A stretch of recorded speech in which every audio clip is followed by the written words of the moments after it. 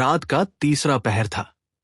राठौड़ महल की ऊंची छतों पर पहरेदार घूम रहे थे, पर महल के नीचे अंदर ही अंदर एक तूफान आकार ले रहा था। रानी अग्निजा यानी अनामिका अब सिर्फ सिंहासन की मालकिन नहीं, बल्कि सच्चाई की खोजी बन चुकी थी। नीर, उसका नाम जैसे एक फांस बन चुका था, जिसे अनामिका हर सांस के साथ महसूस कर रही थी। देवांश ने रिपोर्ट रखी। नीर महल में कोई साधारण सेवक नहीं था।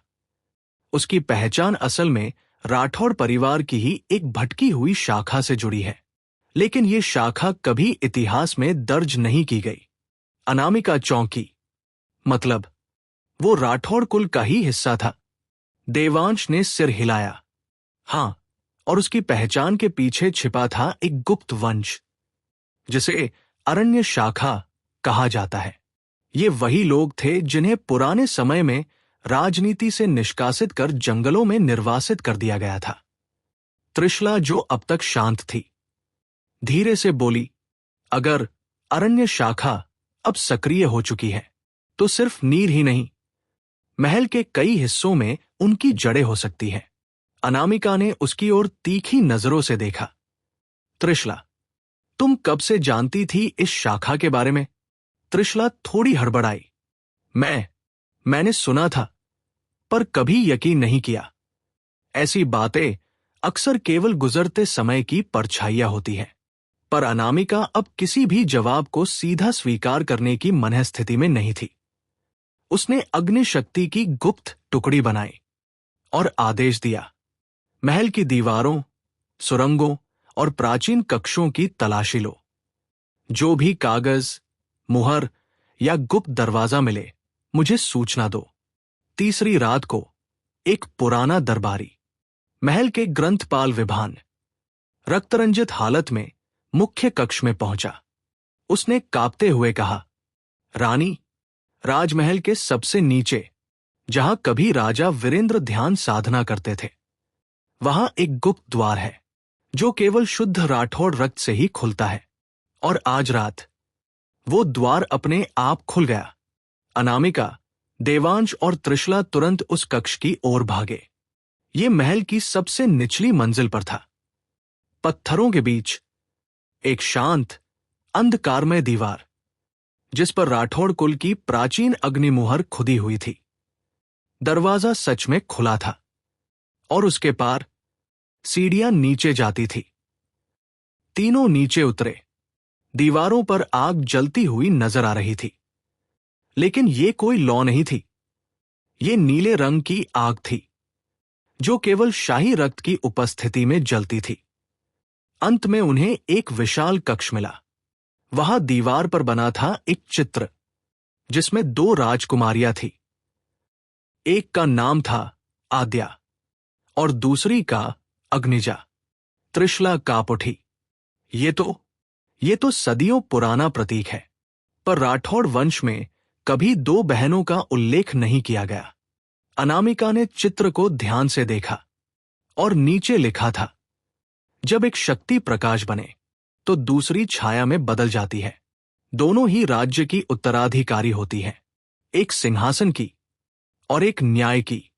देवांश बोला, इसका मतलब राज्य को चलाने वाली केवल एक रानी नहीं होती थी, बल्कि दूसरी छाया में रहकर सत्य की रक्षा करती थी। अनामिका के होठ फड़के। तो क्या नीर उसी दूसरी शाखा का था, या कोई और? तभी एक पत्थर सरका, और पीछे की दीवार पर एक छिपा नाम उभरा, अरण्या अग्निजा छाया रानी। अनामिका के अंदर एक कंपन हुआ। तो मैं ही नहीं, कोई और भी इस राज्य की उत्तराधिकारी थी, पर उसे इतिहास से मिटा दिया गया। दीवार पर उभरा नाम, अरण्या अग्निजा छाया रानी, इतिहास के उस पन्ने का हिस्सा था जिसे राठौड़ साम्राज्य ने जानबूझकर भुला दिया था, या शायद दबाया था। अनामिका उस नीली अग्नि के सामने खड़ी थी, जिसका ताप शरीर को नहीं, आत्मा को छूता था। देवांश ने उस दीवार को टटोलते हुए कहा, यहां एक और चिन्ह है, द्वितीय उत्तराधिकारी की सौगंध। त्रिशला पीछे हट गई। उसका चेहरा अब पहले जैसा शांत नहीं था। मैंने कभी नहीं सोचा था कि ये गुप्त परंपरा असल में मौजूद रही होगी। अनामिका ने उसकी ओर देखा। तुम जानती थी, है ना? त्रिशला का चेहरा उतरा। हमें यह सिखाया गया था कि राज्य को एक चेहरा चाहिए, एक नाम। ज्यादा उत्तराधिकारी भ्रम पैदा करते हैं, इसलिए छाया रानी की परंपरा को भूलने का आदेश दिया गया था। अनामिका की आंखों में दर्द था। मतलब, जिनकी जिम्मेदारी सत्य की रक्षा करना था, उन्हीं लोगों ने उसे सबसे पहले मिटाया। वो दीवार के पास गई और हाथ बढ़ाकर नीली अग्नि को छुआ। जैसे ही उसने स्पर्श किया, एक गुप्त कक्ष की दीवार दरक गई और अंदर था एक विशाल धातु का पेटीदार संदूक, जिस पर लिखा था, केवल वो खोल सकता है जिसके रक्त में अग्नि है और जिसकी आत्मा परछाई से बची हो। अनामिका ने तलवार से अपनी हथेली पर हल्का कट लगाया। रक्त की कुछ बूंदें संदूक पर टपकी और ताले खुद ही खुल गए। भीतर था एक पुराना मुकुट, पर वो सोने का नहीं, नीले अंधेरे जैसी धातु का बना था।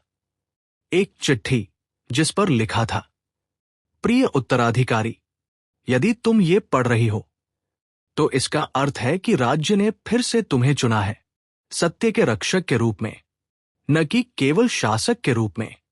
वो चिट्ठी अरण्या अग्निजा की थी और उसमें उसने वर्णन किया था उस परंपरा का जिसे शाही दरबार ने राजनीतिक अस्थिरता कहकर छिपा दिया था।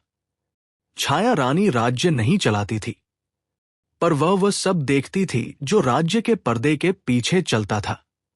उसकी जिम्मेदारी थी गद्दारों को पहचानना, न्याय को दिशा देना और वह बातें जानना जो एक राजा भी नहीं जान सकता था।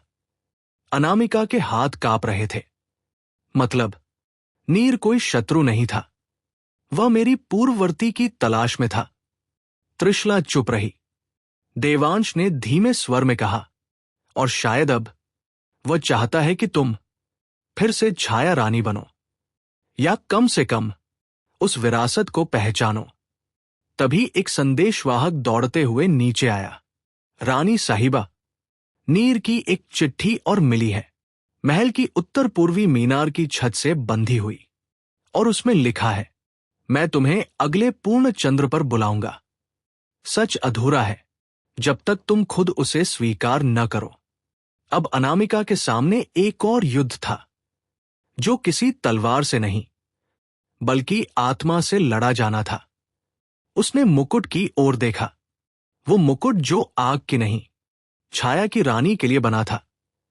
राठौड़ महल की छत पर पूर्ण चंद्र का प्रकाश बरस रहा था। ठंडी नीली चांदनी जैसे किसी प्राचीन रहस्य का द्वार खोलने आई हो। पूरा महल शांत था, लेकिन महल की उत्तर पूर्वी मीनार की छत पर एक स्त्री खड़ी थी, सफेद वस्त्रों में, माथे पर अग्नि शक्ति की हल्की सी चमक। पर उस रात अनामिका शासिका नहीं, सिर्फ एक प्रश्न बनकर वहां पहुंची थी। नीर वहां पहले से खड़ा था, काले वस्त्रों में, चेहरा आधे नकाब से ढका हुआ, पर उसकी आंखें थकी नहीं बल्कि सच्चाई से बोझल थी। अनामिका कुछ पल तक उसे देखती रही। क्यों बुलाया मुझे? उसकी आवाज शांत थी, पर भीतर ज्वालामुखी था। नीर ने गर्दन झुकाई, क्योंकि अब तुम्हारे पास वो शक्ति है जिससे सच को सहने की क्षमता आ चुकी है। वो आगे बढ़ा और अपनी जेब से एक चमड़े से मढ़ा छोटा पुस्तक जैसी चीज निकाली। ये तुम्हारी मां की है, उसने कहा। अनामिका के दिल की धड़कन रुक सी गई। मेरी मां? उसकी आवाज कांपी। हां, नीर बोला, तुम्हें यही बताया गया था कि तुम्हारी मां शुभ्रा देवी महल की एक साधारण रानी थी, पर असल में वो थी अरण्या अग्निजा की उत्तराधिकारी, और तुम्हारी पैदाइश का उद्देश्य था छाया रानी की परंपरा को दोबारा जागृत करना। अनामिका की आंखों से आंसू निकलने लगे। मतलब, सारा जीवन मैं जिस सिंहासन के लिए तैयार की गई, वो मेरा उद्देश्य ही नहीं था। नीर ने सिर हिलाया। तुम्हारा असली धर्म था राज्य की आत्मा की रक्षा करना। जब वो खुद अपने ही शासकों से धोखा खाने लगे, उसने पुस्तक खोली और अनामिका को पढ़ने दिया। पहला पन्ना। प्रिय पुत्री, जब तुम ये पढ़ रही हो, शायद मैं इस दुनिया में नहीं हूं, लेकिन जान लो, तुम्हारी पहचान किसी राजमाता की छाया नहीं, बल्कि वो आग है जो अंधेरे में न्याय की लौ बनकर जलती है। राठौड़ कुल के पास 2 मुकुट हैं, एक सोने का, एक छाया का। अब समय आ गया है कि दूसरा मुकुट भी फिर से पहचाना जाए। अनामिका ने अपनी मां की हस्तलिपि को चूमा। भीतर एक तूफान था, पर अब उसके पास रास्ता था। उसने नीर की ओर देखा। और अब तुम क्या चाहते हो? नीर ने कहा, अब मैं कुछ नहीं चाहता, सिर्फ तुम्हारा निर्णय। तुम चाहो तो मुझे गद्दार कहकर बंदी बना सकती हो, या मुझे उस कार्य के लिए छोड़ सकती हो जिसके लिए मैं जन्मा हूं। सच्चाई की परछाइयों की रक्षा। अनामिका ने चुपचाप पुस्तक अपने पास रखी, फिर आकाश की ओर देखा, जहां चांद बिल्कुल पूरा था, पर उसके चारों ओर एक हल्का काला घेरा था।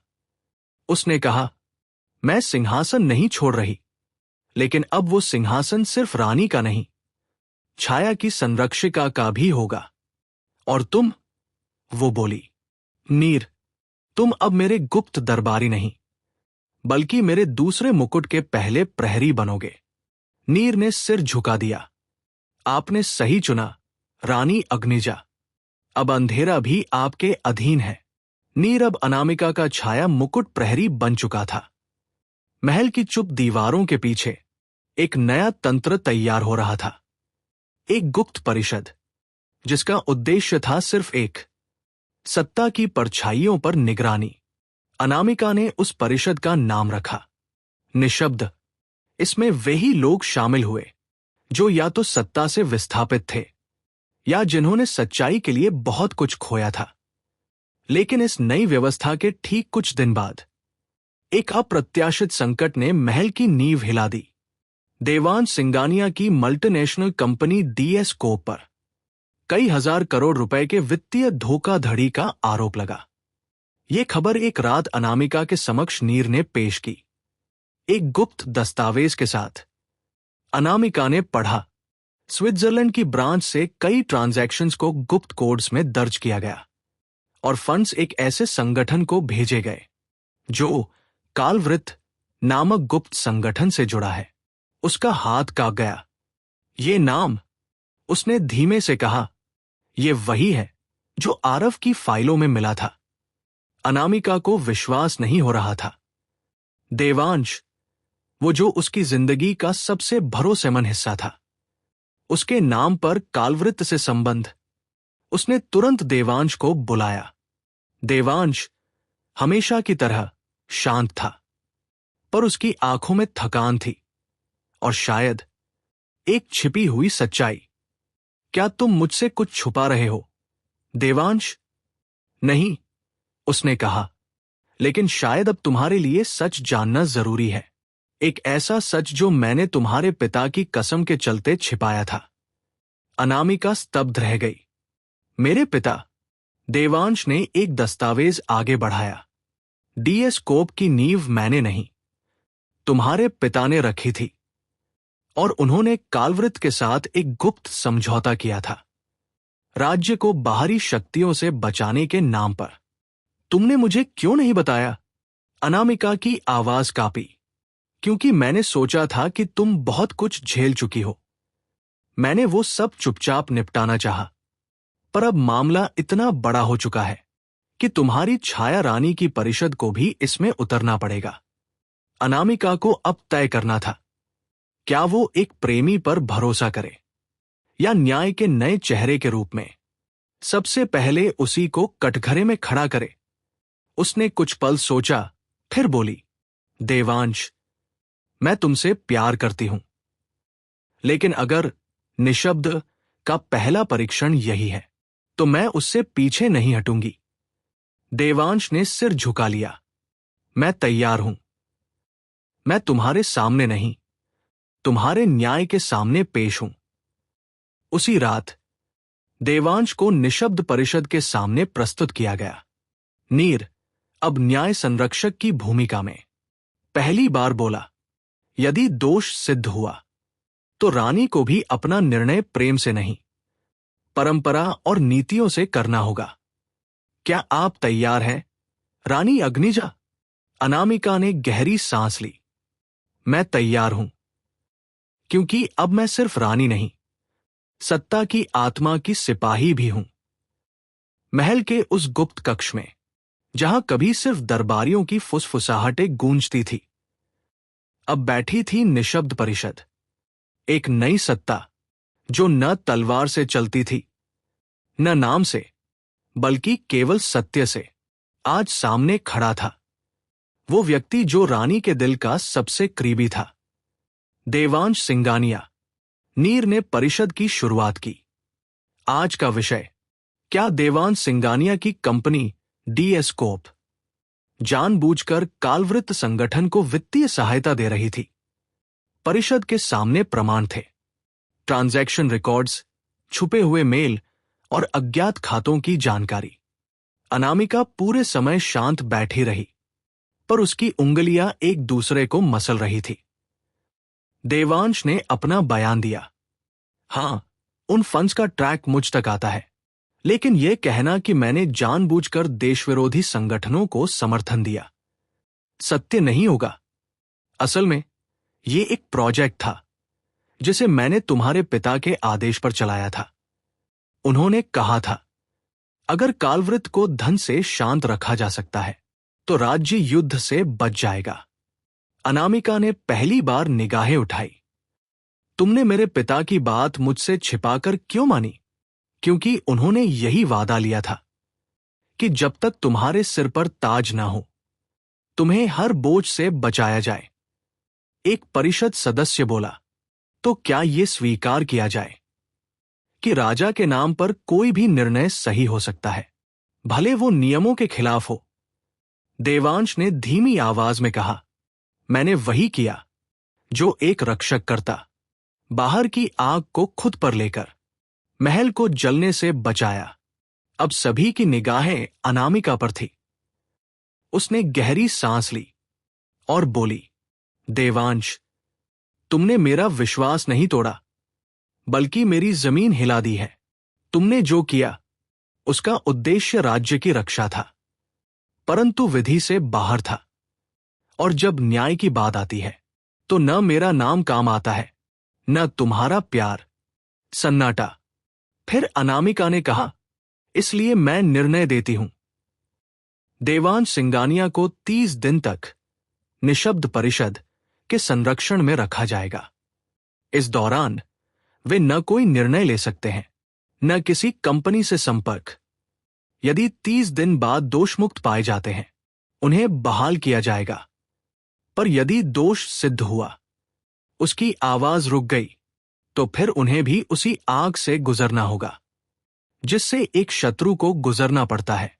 देवांश ने आंखें बंद की। कोई विरोध नहीं, कोई शिकायत नहीं, केवल एक वाक्य, तुम अब रानी नहीं रही अनामिका, अब तुम धर्म बन चुकी हो। 30 दिन, 30 रातें। महल के भीतर एक अजीब सी चुप्पी खेल गई थी। देवांश को एक गुप्त कक्ष में नजरबंद किया गया था, जहां बाहर केवल 2 पहरेदार और अंदर केवल दीवारें थी जो उसकी सांसों की गिनती सुन रही थी। अनामिका बाहर शांत दिख रही थी, पर भीतर हर दिन एक मौन संग्राम चल रहा था। उसने अपनी शक्तियां नहीं, अपनी संवेदनाएं सीखी थी इस प्रक्रिया में, कि न्याय वही नहीं जो सही लगे, बल्कि वही जो सबसे कठिन लगे। इसी दौरान नीर ने परिषद में एक और दस्तावेज प्रस्तुत किया। रानी साहिबा, उसने कहा, हमें एक और नाम मिला है जो इस पूरे प्रकरण के केंद्र में रहा है, पर उसका कोई उल्लेख नहीं हुआ था अब तक। अनामिका सतर्क हुई। कौन है वो? नीर ने एक नाम पढ़ा, आर्यवीर राठौड़। पूरा कक्ष सन्न रह गया। आर्यवीर, राज्य का भूतपूर्व खुफिया प्रमुख और राठौड़ वंश का दूर का उत्तराधिकारी, जिसने वर्षों पहले आत्मनिर्वासन ले लिया था।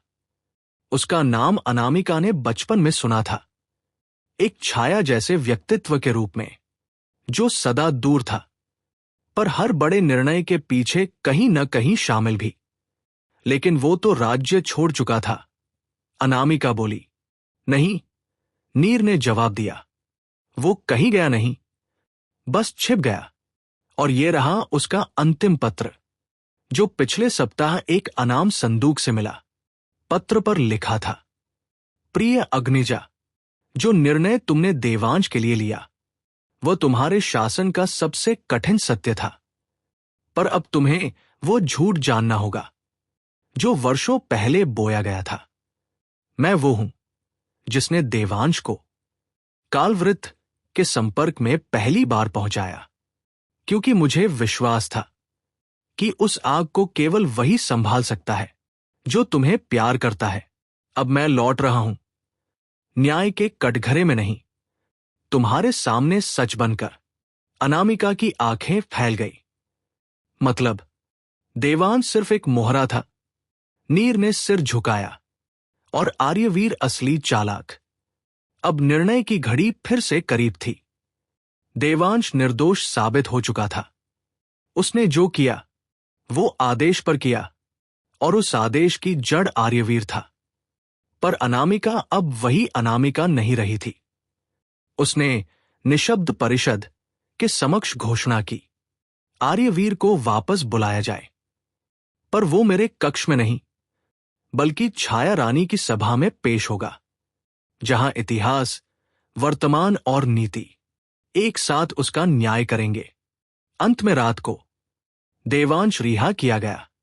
वो अनामिका के सामने आया, थका हुआ पर मुस्कराता हुआ। मैं वापस हूं। अनामिका ने गहराई से उसकी ओर देखा और कहा, न्याय ने तुम्हें छोड़ा है, पर मेरे भीतर अब भी एक दीवार बाकी है, जिसे तुम्हें प्रेम से नहीं, सच से पार करना होगा। महल की छाया सभा, जहां कभी आमंत्रित आमंत्रित नहीं किया जाता, बल्कि जहां केवल सच खींच लाया जाता है। वहीं आज एक ऐसा व्यक्ति आया जिसके नाम से इतिहास की धड़कनें तेज हो जाती थी। आर्यवीर राठौड़। उम्र उसकी चाल में थमी हुई थी।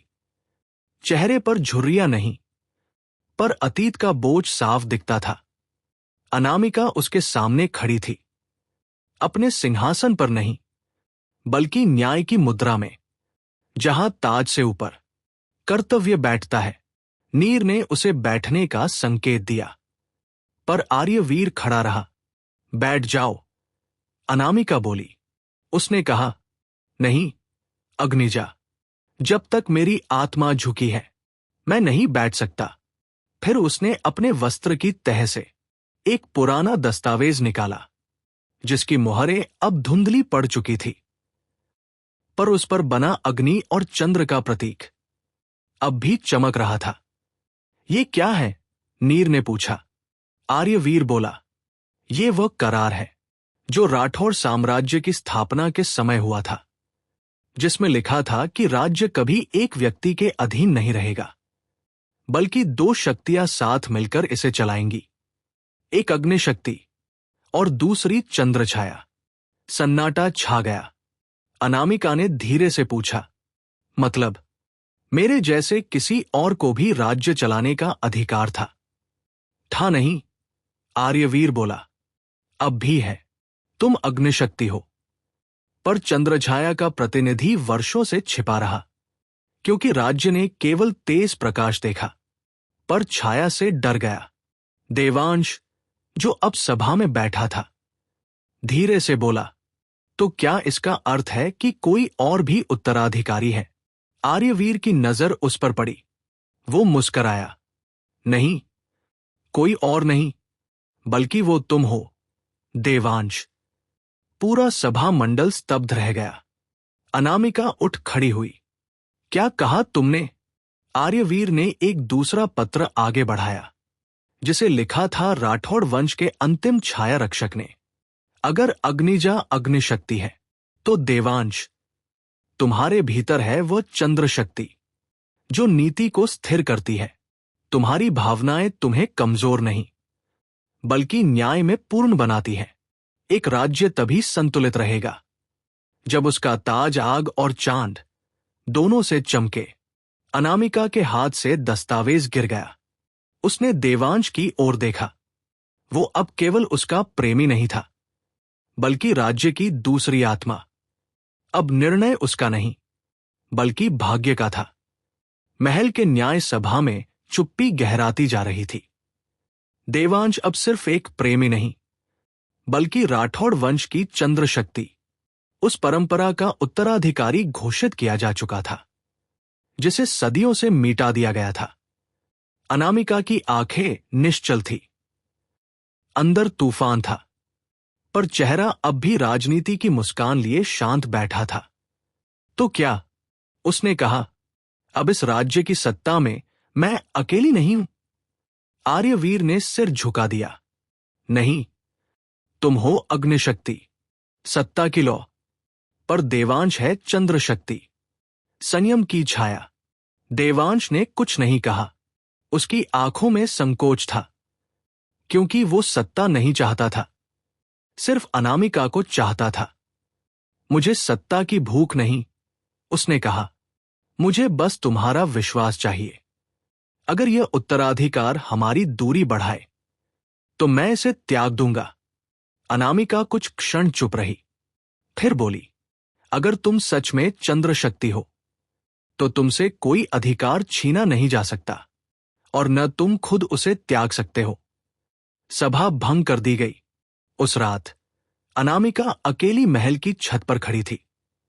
पूरा आकाश उसके भीतर के संघर्ष को निहार रहा था। तभी देवांश आया। क्या तुम मुझसे नाराज हो?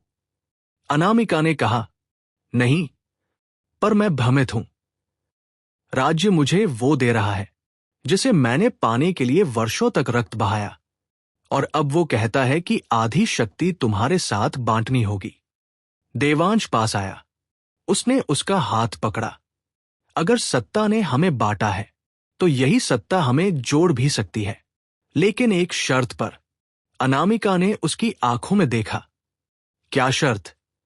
देवांश बोला, कि तुम अग्निशक्ति बनो, मैं चंद्र शक्ति बनूं, लेकिन हमारे बीच सिर्फ एक चीज हो, सच।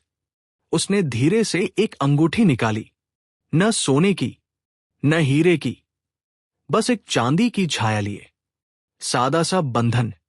इस अंगूठी में कोई ताज नहीं, पर एक वादा है कि चाहे राजनीति बदलती रहे, हम दो आत्माएं एक उद्देश्य के लिए एक रहेंगे। अनामिका की आंखें नम थी। उसने धीरे से सिर झुका दिया और हाथ आगे बढ़ा दिया। अब राठौर साम्राज्य की नवीन शाही जोड़ी तैयार थी, लेकिन यह कोई साधारण प्रेम कहानी नहीं थी, बल्कि राजनीति और न्याय के दो सिरों की वह गांठ थी जो इतिहास को दोबारा आकार देने जा रही थी। लेकिन इतिहास को बदलना कभी आसान नहीं होता, और कालवृत्त अब चुप नहीं था।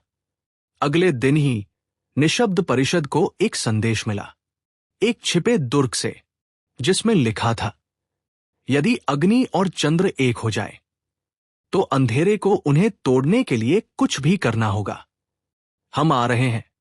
राठौड़ महल की सुबह हमेशा शांति और शाही अनुशासन से भरपूर होती थी, लेकिन आज सूरज उगा तो था, पर प्रकाश में संघर्ष की गंध थी। निशब्द परिषद के द्वार पर एक काला लिफाफा पड़ा मिला, बिना किसी नाम के। लिफाफा खुलते ही उसमें से निकली एक फोटो, एक रिकॉर्डिंग और एक पंक्ति। जब चंद्र शक्ति की परछाई भी अंधेरे से खेलती है तो अग्नि शक्ति को सोच बदलनी पड़ती है। फोटो में क्या था? देवांश एक बंद कमरे में एक अजनबी महिला के साथ, चेहरे आधे छिपे हुए, पर पास बैठकर गुप्त वार्ता करते हुए। रिकॉर्डिंग चलाई गई। अगर अग्निजा को सच पता चला तो हमारा सारा प्लान खतरे में आ जाएगा। देवांश की आवाज थी। अनामिका को जैसे किसी ने अंदर से चीर दिया हो। त्रिशला, जो अब निशब्द परिषद की रणनीति प्रमुख बन चुकी थी, बोली, हमें इस पर प्रतिक्रिया देनी होगी। ये सिर्फ व्यक्तिगत विश्वासघात नहीं, बल्कि राज्य की सुरक्षा से जुड़ा मामला है। नीर गंभीर था, पर उसकी आंखों में वो तेज चमक रही थी जो युद्ध से पहले आती है। लेकिन अनामिका ने कुछ नहीं कहा। वो उठी और बिना किसी को बताए महल की पश्चिमी कक्षा में चली गई, जहां से न केवल युद्ध की रणनीतियां बनती थी, बल्कि शाही परीक्षणों का संचालन भी। वहां देवांश पहले से मौजूद था। वो जानता था अब कुछ छिपाने का समय नहीं। तुम आई? उसने धीरे से कहा। आई, क्योंकि मुझे सच चाहिए, पर वो नहीं जो तुम कहोगे, बल्कि वो जो मेरी आंखें पढ़ेंगी, अनामिका बोली। देवांश ने एक सांस ली। वो महिला रावी है, मेरा पुराना संपर्क, जो कालवृत्त से जुड़ा था, पर अब हमारे लिए काम कर रही है। तो वो गुप्त मीटिंग? अनामिका ने पूछा। एक जाल था, कालवृत्त को भटकाने के लिए, पर हमें पता नहीं था कि कोई इस क्षण की तस्वीर लेकर उसका मतलब बदल देगा। और वो आवाज? अनामिका ने पूछा। देवांश ने गहरी नजर से देखा। एडिटेड है, कुछ शब्द जोड़े गए हैं, कुछ काटे गए हैं। तुम चाहो तो सबूत ला सकता हूं। अनामिका कुछ पल चुप रही, फिर बोली, मैं तुम पर यकीन करती हूं देवांश, पर अब ये मेरा यकीन नहीं, पूरे राज्य की नींव है। अगर तुम्हें निर्दोष होना है तो सिर्फ मुझसे नहीं, निशब्द परिषद के सामने सच को उजागर करना होगा। देवांश ने सिर झुकाया। मैं तैयार हूं, क्योंकि जो रिश्ता झूठ से नहीं टूटा, वो न्याय से भी नहीं टूटेगा।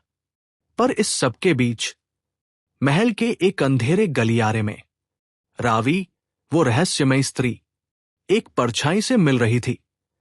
सब वैसा ही हुआ जैसे तुमने कहा, उसने कहा। उस परछाई ने जवाब दिया, जब दिलों में दरार आ जाए तो युद्ध जीतना आसान हो जाता है। खेल अब असली शुरू होगा। महल के शांत गलियारों में अब नजरें भी फुसफुसाने लगी थी। सभी जानते थे कि कुछ बड़ा होने वाला है, पर कोई नहीं जानता था कि सबसे गहरी दरार अंदर ही बन चुकी है। रावी, वो रहस्यमयी स्त्री, अब महल में निशब्द परिषद की रणनीति सलाहकार के रूप में गुप्त रूप से कार्यरत थी। पर सच्चाई ये थी कि वह कालवृत्त की द्वितीय स्तंभ थी, और उसका असली उद्देश्य था महल के भीतर से विश्वास तोड़ो, ताकि राठौड़ साम्राज्य अपने ही पायों पर गिर जाए।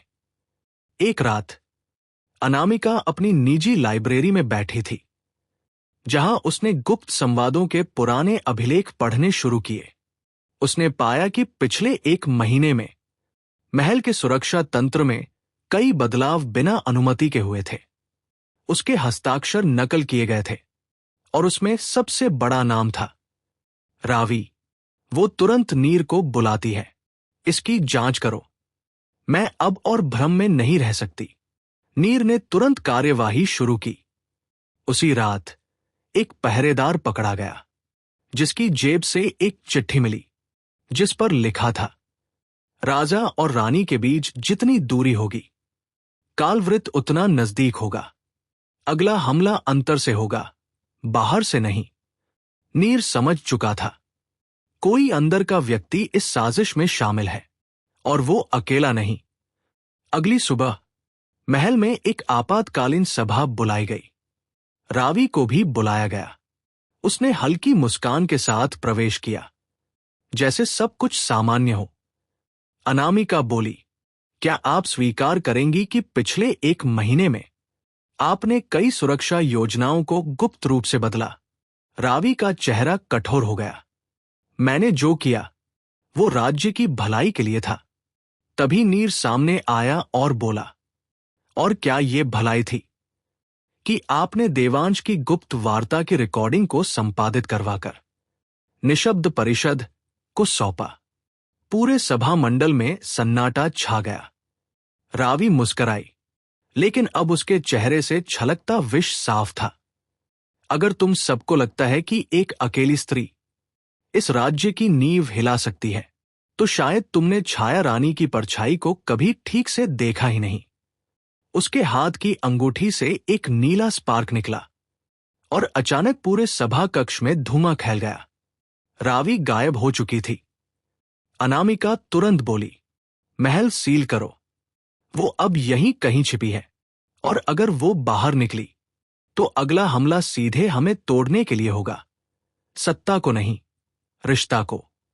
देवांश, जो अब फिर से परिषद में भरोसे के साथ खड़ा था, धीरे से बोला, मैंने तुम्हारा दिल तो नहीं तोड़ा, पर मेरे कारण अगर दरार आई तो अब मैं उस दरार को बांधने नहीं, बल्कि उसकी जड़ से लड़ने आया हूं।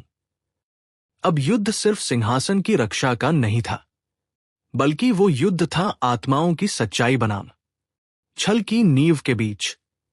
महल के तहखाने की सबसे गहराई में एक पुराना कक्ष था, जिसे नक्षत्र गुफा कहा जाता था। कहा जाता है, ये वही जगह थी जहां कभी राठौड़ वंश के पूर्वजों ने अपना पहला गुप्त करार किया था। सत्ता, शक्ति और संरचना का गठबंधन। और अब रावी उसी गुफा में छिपी थी। गुफा की दीवारों पर शाही प्रतीक उकेरे थे, आग, चंद्रमा और एक तीसरा चिन्ह है जो धुंधला था, मानो भूल जाने के लिए मिटाया गया हो। रावी उस प्रतीक के पास खड़ी हुई। हाथ फैलाकर उसने कुछ बुदबुदाया, मैं लौट आई हूं। और अब मेरा नाम सिर्फ रावी नहीं, बल्कि वो है जो राठौड़ इतिहास से छीन लिया गया था, आरव्या राठौड़। हां, रावी दरअसल राठौड़ वंश की तीसरी उत्तराधिकारी थी। एक शाखा जो वर्षों पहले सत्ता के झगड़े में विनाश की ओर भेज दी गई थी। उसके माता पिता को देशद्रोही कहकर राज दरबार से निकाल दिया गया था, पर उनकी संतान आरव्या बच गई। उसी ने वर्षों बाद कालवृत की शरण ली और प्रतिशोध को धर्म मान लिया। इसी बीच अनामिका और नीर को महल के पुराने दस्तावेजों में एक बहुत पुरानी वंशावली मिली। उस वंशावली में एक स्त्री का नाम था राजकुमारी आरव्या राठौड़। लापता। अनामिका की आंखों में बिजली दौड़ गई। मतलब, रावी सिर्फ कोई साजिश करता नहीं थी, वो हमारी ही खून की बहन है। नीर चौंका। तो ये लड़ाई सिर्फ सत्ता की नहीं रही, अब ये परिवार की दरार बन चुकी है। अनामिका ने धीमी पर दृढ़ आवाज में कहा, अगर वो हमारी है तो हम उसे बंदी नहीं बनाएंगे, बल्कि सामने बुलाएंगे और उससे खुद पूछेंगे कि क्या वो बहन बनकर लौटना चाहती है या दुश्मन बनकर मिटना। इसी बीच देवांश को नक्षत्र गुफा के एक पुराने सुरक्षा चक्र का सुराग मिला। उसे लगा रावी वहां हो सकती है। वो अकेले ही उस गुफा में प्रवेश करता है, अंधेरा, शांत, और वहां खड़ी थी रावी, या कहो आरव्या। तुम आ गए, उसने कहा। देवांश बोला, क्योंकि मैं तुम्हें युद्ध से नहीं, सच से बाहर लाना चाहता हूं। सच? उसकी हंसी गूंजती है। मेरा सच छीन लिया गया था जब मेरी मां को इस राज्य से निकाल फेंका गया, जब मेरा नाम रजिस्टर से मिटा दिया गया। देवांश आगे बढ़ा, पर अगर अब तुम्हारा नाम सामने आए तो क्या तुम फिर से राठौड़ कहलाना चाहोगी, या सिर्फ बदला ही तुम्हारी पहचान रह गई है?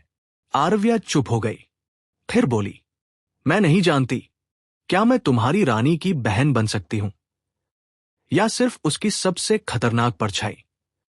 तुम बताओ देवांश, तुम किसे चुनोगे? उस क्षण पीछे से अनामिका की आवाज आई, मैं चुनूंगी, और मैं तुम्हें बहन मानती हूं, लेकिन अगर तुम रानी से युद्ध करोगी तो याद रखना, इस बार युद्ध तलवार से नहीं, परिवार की आत्मा से होगा। निशब्द परिषद की सभा विशेष रूप से बुलाई गई थी। इस बार कोई अभियुक्त नहीं, कोई आरोपी नहीं, बल्कि सामने बैठी थी एक गुमनाम वंशज, जिसका खून वही था जो राठौड़ सिंहासन की रगों में बहता था। आरव्या राठौड़, जिसे दुनिया ने रावी कहा, आज पहली बार अपने असली नाम के साथ अनामिका के सामने बैठी थी। न तो किसी साजिश की रेखा खींचते हुए, न ही कोई छलावा लिए, अनामिका ने सभा की शुरुआत की। तुमने राज्य के खिलाफ कार्य किया, ये सच है, पर उससे बड़ा सच ये है कि तुम हमारी बहन हो और राठौड़ रक्त की प्रतिनिधि। आज ये सभा तुम्हें दोषी ठहराने के लिए नहीं, बल्कि एक निर्णय के लिए बैठी है कि क्या हम खोई हुई बहन को अपनाएं या उसे भी इतिहास की मिट्टी बना दें। आरव्या ने सभा में पहली बार सिर उठाकर कहा, मैं रावी नहीं रहना चाहती, पर क्या मैं आरव्या बनने के लायक हूं? नीर बोला, यह निर्णय हम नहीं देंगे, तुम्हारा कर्म ही तुम्हारा स्थान तय करेगा। अनामिका बोली, तुम्हें एक अवसर मिलेगा राज्य की सेवा करने का और उस विश्वास को लौटाने का जिसे तुमने तोड़ा। तुम निशब्द परिषद की सत्य जांच प्रकोष्ठ की सदस्य बनोगी, जहां तुम्हें उस सत्य को उजागर करना होगा जो वर्षों से अंधेरे में छिपा है। सभा ने सर्वसम्मति से प्रस्ताव पारित किया। आरव्या ने सिर झुकाया, मैं स्वीकार करती हूं और अपने हर अपराध का प्रायश्चित सेवा के माध्यम से करना चाहती हूं।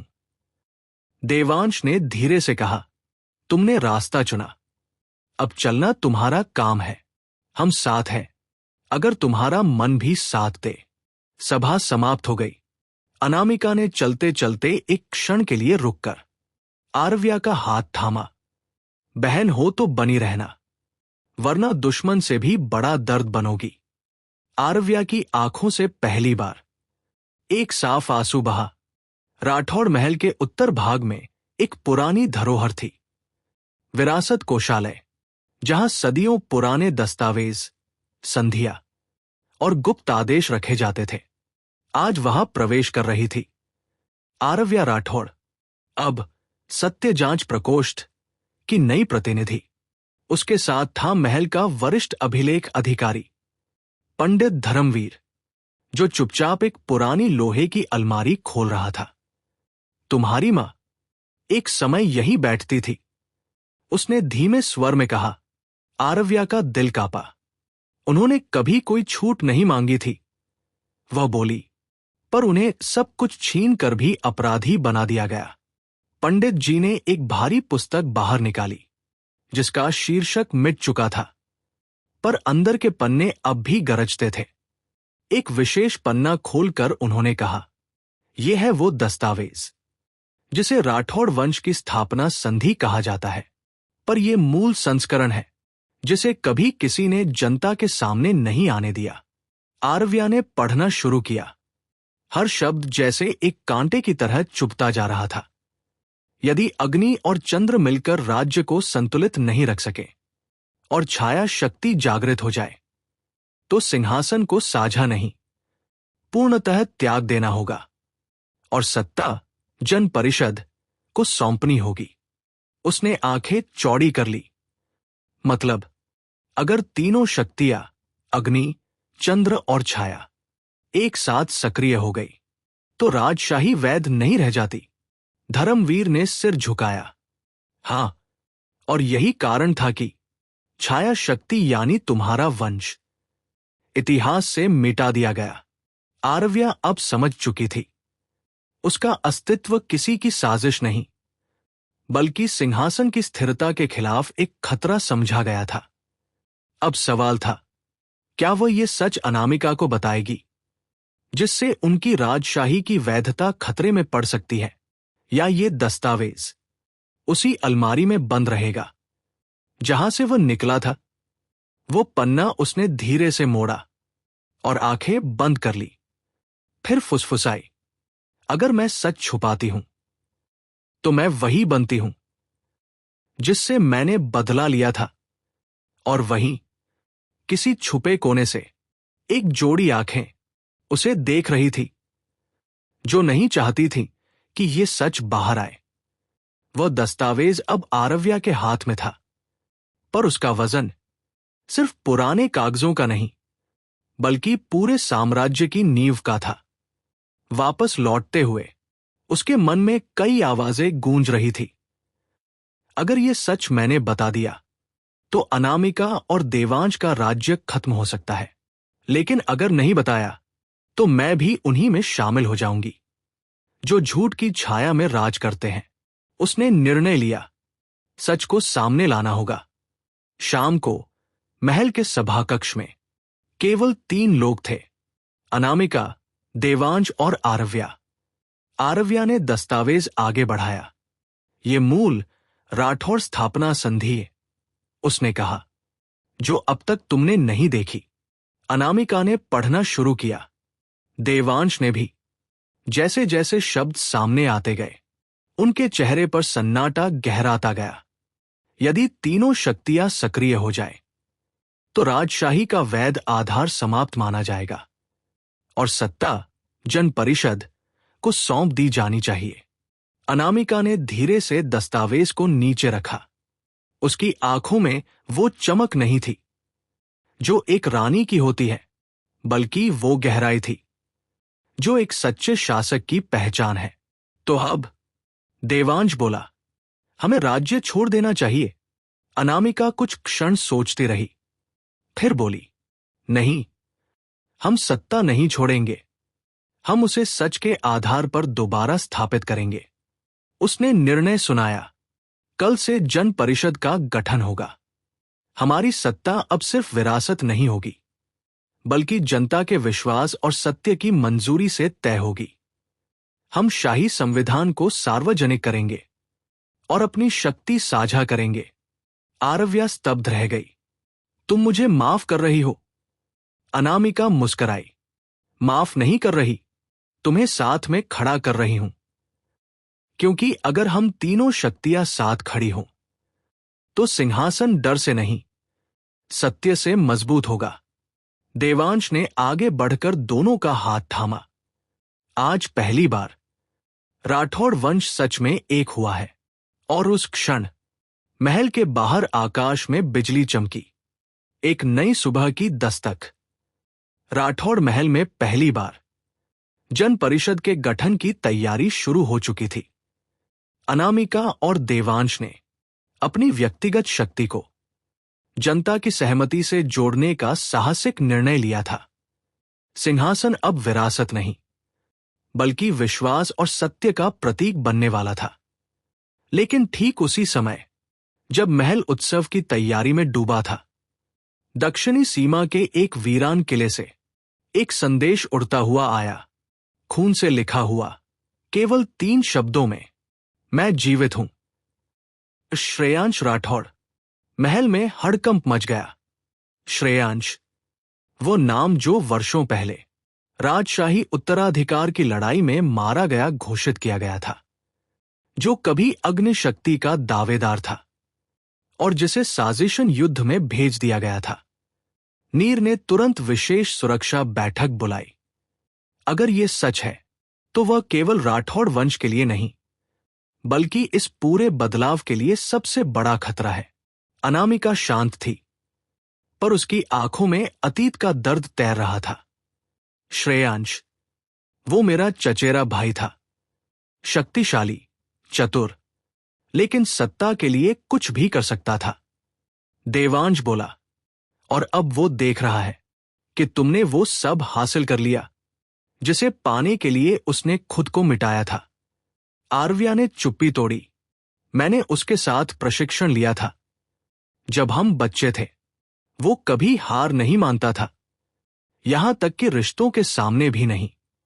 शाम होते होते राज्य के 3 स्थानों पर गुप्त हमले हुए, सरकारी दस्तावेजों की लूट, संचार तंत्र का नियंत्रण और जनता में भ्रम फैलाने वाले घोषणा पत्र। अनामिका सिंहासन की हकदार नहीं, असली उत्तराधिकारी लौट आया है। महल के बाहर भीड़ जमा होनी शुरू हुई, कुछ समर्थन में, कुछ भ्रम में, कुछ केवल तमाशा देखने। देवांश बोला, अब क्या करेंगे? अनामिका ने गहरी सांस ली। अब वही करेंगे जो एक सच्चा शासक करता है। हम श्रेयांश को आमंत्रित करेंगे, उसे जनता के सामने बुलाएंगे और कहेंगे, अगर तुम्हें लगता है कि तुम उत्तराधिकारी हो तो आओ। जनता तय करेगी कि किसे अपना राजा चुनना है। और उसी क्षण महल की उत्तर दिशा की पहाड़ी पर एक आकृति खड़ी थी।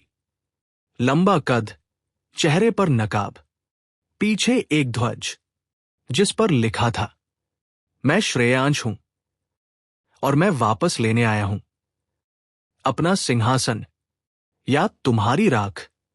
सिंहासन सभा का वह दिन इतिहास में दर्ज होने के लिए लिखा जा रहा था। राज्य की जनता, निशब्द परिषद और महल के हर वरिष्ठ सदस्य की उपस्थिति में अब होने जा रहा था वो निर्णायक क्षण जहां राठौड़ साम्राज्य को तय करना था। राज्य की बागडोर किसके हाथों में होगी, अनामिका या श्रेयांश? सभा कक्ष को राजकीय युद्ध मंडप में बदला गया। यहां युद्ध तलवारों से नहीं बल्कि तर्क, प्रमाण और सच्चाई से लड़ा जाता है। पहले आया श्रेयांश राठौड़, ऊंचा माथा, तीखी आंखें, चेहरे पर काला नकाब, लेकिन चाल में वही शाही आत्मविश्वास। मैं श्रेयांश राठौड़, उसने उच्च स्वर में कहा। मुझे मरा घोषित किया गया था क्योंकि किसी को डर था कि मैं सिंहासन का असली उत्तराधिकारी हूं। उसके बाद सभा में प्रवेश किया अनामिका राठौड़, सफेद पोशाक में, बिना आभूषण, केवल सत्य की शक्ति के साथ। मैं सत्ता के लिए नहीं लड़ रही, वो बोली, बल्कि उस व्यवस्था के लिए जिसमें राज परिवार का उद्देश्य सेवा है, शासन नहीं। न्याय सभा ने दोनों से 3 प्रश्न पूछे। एक, तुम्हारी वैधता क्या है? श्रेयांश, मैं राठौड़ वंश के प्रथम राजा वीरेंद्र सिंह है की सीधी 7वीं पीढ़ी से हूं। मेरे पिता की हत्या कर दी गई और मुझे युद्ध में भेजकर मरा हुआ घोषित कर दिया गया। अनामिका, मैं भी उसी रक्त की उत्तराधिकारी हूं, लेकिन मेरी वैधता जनता के बीच वर्षों की सेवा, सच और पुनर्निर्माण पर आधारित है। 2, क्या तुम्हारे पास कोई प्रमाण है? श्रेयांश ने एक सील मोहर दिखाई, राजवंश की मूल अंगूठी जिसे केवल उत्तराधिकारी को ही दी जाती थी। सभा में हलचल हुई। अनामिका ने जवाब में महल के सत्य जांच प्रकोष्ठ की जांच रिपोर्ट सौंपी, जिसमें लिखा था कि श्रेयांश की मृत्यु के बाद उसकी अंगूठी चोरी की गई थी और यह मोहर मूल नहीं, बनावटी हो सकती है। 3, जनता के लिए तुम्हारी योजना क्या है? श्रेयांश, राज्य को फिर से रॉयल ऑर्डर में लाना, जहां एक शासक, एक निर्णय, एक दिशा हो। अनामिका, राज्य को जनप्रतिनिधित्व, स्वतंत्र न्याय और सत्य के आधार पर चलाना, जहां सिंहासन सेवा का नाम हो, डर का नहीं। सभा ने अंतिम निर्णय के लिए जनता से राय मांगी। महल के बाहर लाखों लोग एकत्र थे। हर तरफ एक ही गूंज थी, हम रानी नहीं, हमारी आवाज को चुनते हैं। अनामिका को श्रेयांश चीख उठा, तुम सब अंधे हो, ये सब दिखावा है। अगर यही सच है तो अब मैं सत्ता से नहीं, तलवार से लूंगा निर्णय। उसने अपनी तलवार खींची, पर सामने आकर खड़ा हुआ देवांश, अगर लड़ाई चाहिए तो पहले मुझे पार करो। और सभा में घमासान शुरू होने वाला था। राजमहल के दक्षिणी युद्ध प्रांगण में, जहां सदियों पहले महाराज वीरेंद्र सिंह ने अपनी अंतिम लड़ाई लड़ी थी, अब 2 वंशज आमने सामने खड़े थे। देवांश सिंघानिया, राठौड़ वंश का संरक्षक, एक दृढ़, शांत और निडर योद्धा जिसकी तलवार कभी राजनीति नहीं, सिर्फ न्याय के लिए उठती थी। श्रेयांश राठौड़, एक लौटा हुआ उत्तराधिकारी जिसकी आंखों में जलन थी और तलवार में सिर्फ एक ही आग। बदला सौंपा गया था धारयुक्त रजत तलवार, शाही द्वंद्व की प्रतीक। लड़ाई की 3 शर्तें तय हुई, कोई बाहरी हस्तक्षेप नहीं, युद्ध केवल पराजय तक, मृत्यु नहीं। जो जीतेगा वही जनता की इच्छा का संरक्षक बनेगा। सभा मौन थी। अनामिका की सांसें थमी थी। आरव्या, जो अब सत्य जांच प्रकोष्ठ की गुप्त प्रमुख बन चुकी थी, चुपचाप हर आंदोलन को देख रही थी। पहली झलक, तलवारें टकराई। देवांश की चाल शांत थी। हर वार का उत्तर सोच समझकर। श्रेयांश का हमला तीखा, बिल्कुल वैसा जैसे वो अतीत की पूरी जलन से लड़ रहा हो। तुमने मेरा सब कुछ छीना, श्रेयांश गरजा। नहीं, देवांश ने जवाब दिया, तुमने उसे खुद त्यागा, क्योंकि तुम्हें सत्ता प्यारी थी, पर रिश्ते नहीं। श्रेयांश ने एक तेज कट मारा। देवांश का कंधा लहूलुहान हुआ, पर उसने तलवार नहीं गिराई। वो पीछे नहीं हटा। उसने बस इतना कहा, अगर तुम्हें ये राज्य चाहिए तो ले जाओ, पर अगर तुम्हें अनामिका को चोट पहुंचाने की सोची तो ये तलवार फिर से नहीं रुकेगी। उस क्षण श्रेयांश की आंखों में कुछ टूटा। उसकी तलवार धीरे धीरे नीचे झुक गई। तुम सच्चे योद्धा हो, वो फुसफुसाया। मैं सिर्फ एक भूला हुआ बेटा बन गया था। सभा स्तब्ध थी। श्रेयांश ने घुटनों पर आकर तलवार रख दी। मैं नहीं चाहता ये सिंहासन, क्योंकि जो राजशाही सिर्फ तलवार से नहीं, बल्कि प्रेम, सेवा और त्याग से चलती है, वो मेरी समझ से परे है। देवांश पीछे हट गया। अनामिका ने धीरे से कदम बढ़ाए और श्रेयांश के पास आई। उसने उसका हाथ थामा। तुम भी परिवार हो। अगर सिंहासन नहीं तो चलो मिलकर ये राज्य संभालें, जहां कोई खुद को भूला हुआ बेटा न कहे। श्रेयांश की आंखों से एक पुराना थका हुआ आंसू गिरा। और इस प्रकार राठौड़ वंश का सबसे बड़ा युद्ध तलवारों से नहीं, सच्चाई और क्षमा से जीता गया। जनता का उत्साह महल के हर पत्थर तक गूंज रहा था। श्रेयांश के समर्पण और देवांश की वीरता के बाद राज्य को अब एक नई दिशा मिलने जा रही थी। आज था वह ऐतिहासिक दिन, जन परिषद का शपथ ग्रहण समारोह। अनामिका, देवांश, आरव्या और श्रेयांश चारों अब अलग अलग राहों से जुड़कर एक उद्देश्य की ओर चल रहे थे। राज्य का निर्माण सत्य, सेवा और शक्ति से। लेकिन जब समारोह की तैयारियां चल रही थी, महल की पश्चिमी तहखाना कक्ष में कुछ अजीब हुआ। पुराने दस्तावेजों की धूल उड़ी, दीवारों में हल्का कंपन हुआ और एक मूर्ति के नीचे की जमीन फटने लगी। नीर, जो सुरक्षा निरीक्षण के लिए वहां मौजूद था, तेजी से नीचे कूदा। नीचे एक गुप्त द्वार खुल चुका था, जिस पर उकेरे थे प्राचीन अक्षर, काल चक्र यंत्र। जो भविष्य को छू ले वो वर्तमान को खो देता है। नीर ने तुरंत सभा को सूचित किया। अनामिका, देवांश, आरव्या और श्रेयांश एक साथ उस रहस्यमयी कक्ष में पहुंचे। वहां एक विशाल यंत्र था, कांच जैसी चमकदार सतह, धातु के घूमते चक्र और बीच में एक नीला ऊर्जा स्तंभ। आरव्या फुसफुसाई, ये वही है जिसका जिक्र हमारे सबसे पुराने ग्रंथों में है। काल चक्र यंत्र, एक ऐसा उपकरण जिसमें भविष्य की झलक देखने की शक्ति है। श्रेयांश आगे बढ़ा। कहते हैं इसका इस्तेमाल एक बार हुआ था और उसी ने राठौड़ वंश को 2 भागों में बांट दिया था। अनामिका ने पूछा, तो इसका मतलब हम अगर इसमें देखेंगे तो शायद हम अपना भविष्य जान सकते हैं। देवांश गंभीर हो गया। या शायद हम अपना वर्तमान खो बैठें। फिर आया वो प्रश्न, क्या इसका प्रयोग किया जाए? सभा मौन थी। आरव्या ने हाथ उठाया। मुझे इसे देखने दो, क्योंकि मैं वो थी जिसे इतिहास ने छिपा दिया। अब मैं वो बनूंगी जो भविष्य को सामने लाएगी। और उसने जैसे ही हाथ बढ़ाया, काल चक्र घूमने लगा।